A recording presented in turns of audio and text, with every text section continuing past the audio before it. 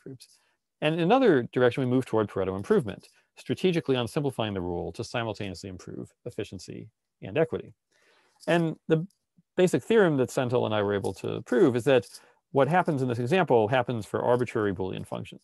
Okay, so for every Boolean function f that has real valued outputs, satisfying our disadvantage condition, right, that likelihood ratio condition, and a genericity assumption, which I haven't talked about here, but basically says the real valued outputs don't satisfy any numerical coincidences, so more complicated outputs than the ones I've been showing in my example.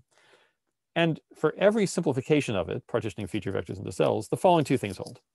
One, there's always an F approximator that strictly improves on G in both efficiency and equity. In other words, the F approximator was not the optimal trade-off. You can simultaneously improve it in both. And second, if G, the approximator, does not use group membership, then adding group membership as a variable increases efficiency and reduces equity. In other words, it creates a pernicious incentive. It's an incentive because adding group membership would increase efficiency, and it's pernicious because it reduces equity. Okay, so it's in the nature of algorithms to simplify. And we've been thinking about some of the important things that means. First, at a very general level, the whole fact that we can speak about what these algorithms are doing is sort of a more subtle and more powerful concept than we might first suppose, because we can't really speak as mechanistically about what humans are doing. We can't really know what they're doing. Whereas at least with an algorithm, no matter how complicated it is, even no matter how much of a black box it is at some level following code. It has an objective function. And if it followed the machine learning pipeline, it was in fact trained on some data with some actually identifiable features.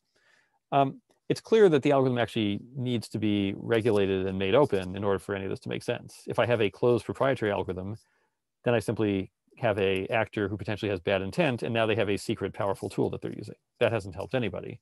But if it's something that we can inspect, that we can audit, then we can actually potentially make progress. But also that simplification itself creates these interesting warpings of the function in ways that we actually sort of recognize by analogy with human behavior, right? That it creates incentives to seek out group membership, and that it creates opportunities for improvement. There are a lot of other directions we could ask here, right? My notion of simplification has obviously been very stylized, right? It includes projection, includes decision trees, in that the theorem applies to any sort of adaptive leaving out of variables, even in a tree-like pattern. But it doesn't include things where, for example, I keep all the variables and use a syntactically simple form, like a linear approximation. That would be interesting. It also is very much in the style of evaluating applicants one at a time. Whereas in fact, if I'm thinking about admitting and entering class, hiring a set of employees, I'm often thinking about a set function on people rather than just on individuals. But more broadly, I think what's interesting about this algorithmic perspective on things is that when we think about human behavior and how we might intervene on human behavior, the role of algorithms can sometimes be to make certain processes that have been vague and almost unknowable in the case of human beings, much more concrete, much more explicit, things we can actively experiment with. And I think that's going to create very interesting opportunities for thinking about these kind of behavioral processes as we go forward. Thanks very much.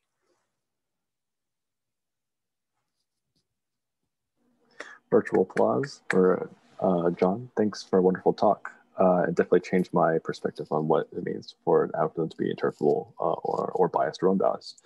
I think we have a couple minutes for some questions. So if anyone would like to unmute themselves, feel free to go ahead.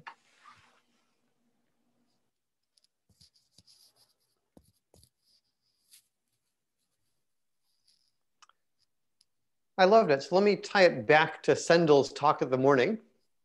Yes. Which really started out with the same thing from the other side. He argued that we can take algorithms and estimate what people are doing, just reverse fit the algorithm to the human.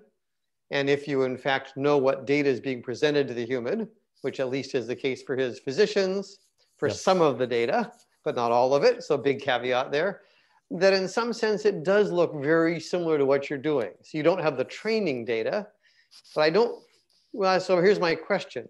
How much of what you said applies to the case where I've taken and observed, here are my humans, here's what predictions they've made, and I fit a model to them? How much do I need to know the actual loss function that is being observed? Or how much can I take your exact same model and apply it retrospectively to models fit to humans?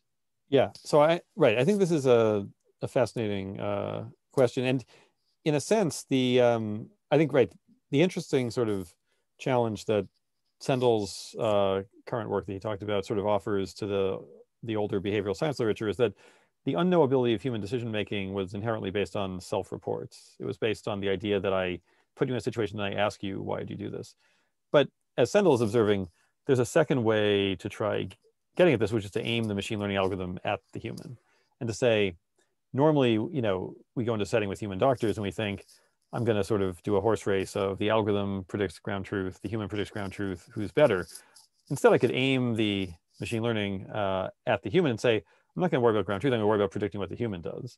And I'm going to try to figure out, can I build simple rules for what the human being is doing, right? So now we have an algorithm that, in a sense, isn't worrying about its performance against some outside measure. It just wants to, as faithfully as possible, represent what's happening there. And so I think this is an interesting, and so, yeah, I think that's certainly one way in which I think about the contrast from the sort of older work on the uninterpretability of human decision-making. That is still there at the level of self-reports, which is sort of how this has always been conceived of. I agree, but let me ask again more precisely. I go to a large company like Google. They can either hire people based on computer algorithm or by humans. The humans and the computers get the exact same input. Yep. They have the outputs you measure. You have your class's DNA. To what extent can I apply your analyses to the model that estimates human behavior? Or to what extent am I limited and there's something different about the model on the human than there is the model on the actual data? Yeah. So I guess I would argue, and this sort of, it would be interesting to have this sort of, to sort of, obviously in some ideal world, Sendel could jump in and see if he agrees with this or not. But I mean, when Sendel and I have discussed that, I mean, I think one thing that we agree on is that it's, of course, challenging, and this was the challenge in their work, of course, is to create sufficiently controlled settings where the human is not using other unobservables, right? So imagine the highly constrained set of X's that I'm giving to the human. But then there's a whole set of unobservables that the human typically brings into play. And so if I take the Google hiring example, as opposed to say a very controlled, right? In a very controlled setting, I could say, this is literally all that you're seeing and you don't really know much context. In the case of applicants, I could try doing that. But of course, the screening that companies like that do is purely based on the resume. You show it either to human screeners or to the computer screener. Companies like Google use computer screeners and human screeners for the exact same screening process, same input, resume. Right. I mean, I think the problem is there's a huge data sparsity problem, right? So the human resume screener sees the person played water polo in college. Now, the algorithm has water polo in its feature set. So in some sense, the algorithm is on the same footing as a human. It too can decide what to make of water polo and screen resumes. But arguably, even with thousands of job applicants, how many people played water polo in college? The algorithm has an extreme sparsity problem, whereas the human deploys all the associations they have with playing water polo, right? I personally might not have some, but and similarly with every, a person is fluent in, Croatian. Now, a human brings a bunch of associations into that. The algorithm, again, has access to that, but it has an extreme sparsity problem. How many of the applicants were fluent in Croatian? But I'm still not, I don't want to hammer too much, but first of all, the algorithms at Google see way more resumes than a human can, because there's something like 40 or 50 humans for every computer doing these for large companies. And with vector embeddings of words, arguably the computer has seen more sports. Certainly it's seen more applicants from some university in Thailand of someone who majored in poetry than most screeners. But I think my question is separate. So maybe I can do this. How much is this background knowledge critical in terms of your evaluation of your algorithm? And how much is it just that it's a mapping? Because you're talking about the training. And I agree that humans have different training data than computers do, better sometimes, worse sometimes. But I guess I'm still unclear how much this background training affects your analysis process. I mean, I think that's the empirical question in some sense, right? So the human arrives at this decision with this lifetime of ad hoc training data. The algorithm arrives at it with the training data that you fed into it. And in some sense, this is exactly the empirical question that you're asking, which is, how much of a difference are we going to end up with based on those two things? And I think that's, in a sense, the question we're trying to look at. I think it's vanishing. If you look at many of the talks, like Sudeep Bhatia would be an example of the vector embedding sort of thing, all these vector embeddings capture millions of people's historical experiences and biases, right? So modern algorithms, I'm an NLP guy, all of my pre-trained models come with enormous background knowledge reflecting the usage probabilities of millions of biased people. But on the other hand, but then we're still asking the question, what would sort of an average decision maker do versus what does this particular decision maker do, right? So, yeah, right. I mean, okay. There are going to be the idiosyncratic mistakes that I make.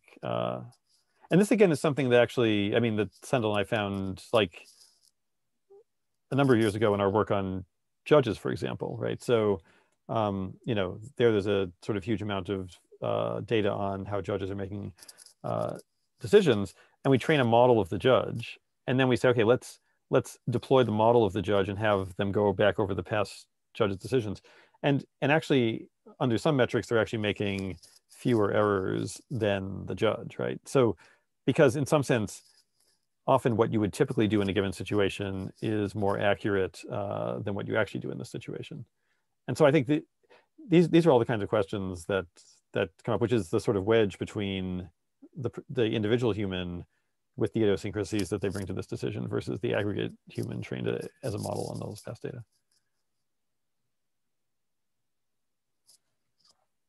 Awesome. Cool. Thank you so much. I'm gonna sort of come to the close of this. Thank you so much for this amazing talk, John. And actually, this is one of the best constellations of talks that I've attended in a while. I know there's a question in the chat, but we also have Gather right after this, so we can ask these questions and follow up with John after this thing ends.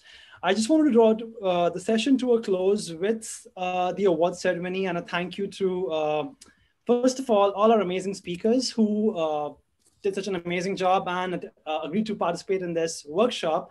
And a big thank you to our partners, Behavior Change for Good at Penn, Chicago Booth Center for Applied AI, and Psych of Tech Institute for supporting us through this.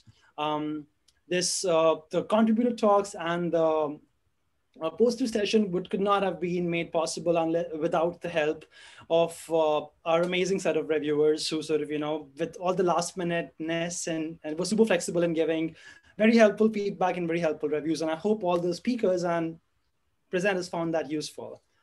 Now coming to the awards ceremony, we have two awards. One is by the Center for Applied AI at Chicago Booth Award for the poster, and the other is the Psych of Tech Award for the contributed paper.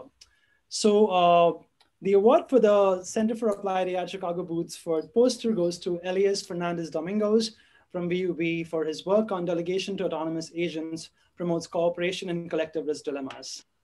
So a big round of applause to Elias Fernandez for, I don't know if Elias is still around. Yeah, I'm here. Thanks a lot. I was not expecting it. Thank you a lot for this. Congratulations. We loved your work. Thank you so much. I hope anybody that is interested can contact me. And yeah, looking forward to see also what are the results of the next experiments that we're doing on this. Thank you, Elias. And the Psych of Tech Award for the contributed paper goes to Ahmad Manzoor from Carnegie Mellon for his work on the persuasive power of repetition in deliberation online. Ahmad's here, yeah, okay.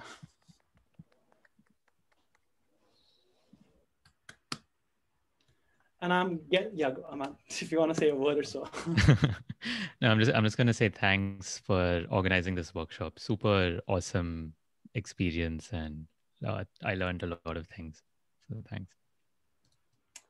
Thank you for participating, both Elias and Ahmad, and I hope both of you will be around, and all the other amazing contributed presenters and poster presenters at the Gather session for us to sort of have conversations with y'all. And finally, thank you so much from the organizing team. I'm glad this all came together pretty well, and really appreciate everyone's support and help in getting this together. And thanks to you, Raul. Fantastic amount of work behind this, all invisible, which is the best kind of work. Thank you, thank you, thank you. Great job. To Tony and you as well, Lyle. I mean, wouldn't have been possible without you too, yeah. Thanks, Tony, yeah. Okay, so I've put the link to Gather on in the chat. I'm gonna paste it again. that helps, and we can all sort of move there and just hang out until 7 p.m. Hang out, drink cocktails, and do the usual Zoom thing. Get your water, take care of your pups and stuff, and get them all on Gather. Yeah. Okay. Take care. See you on Gather. Bye-bye.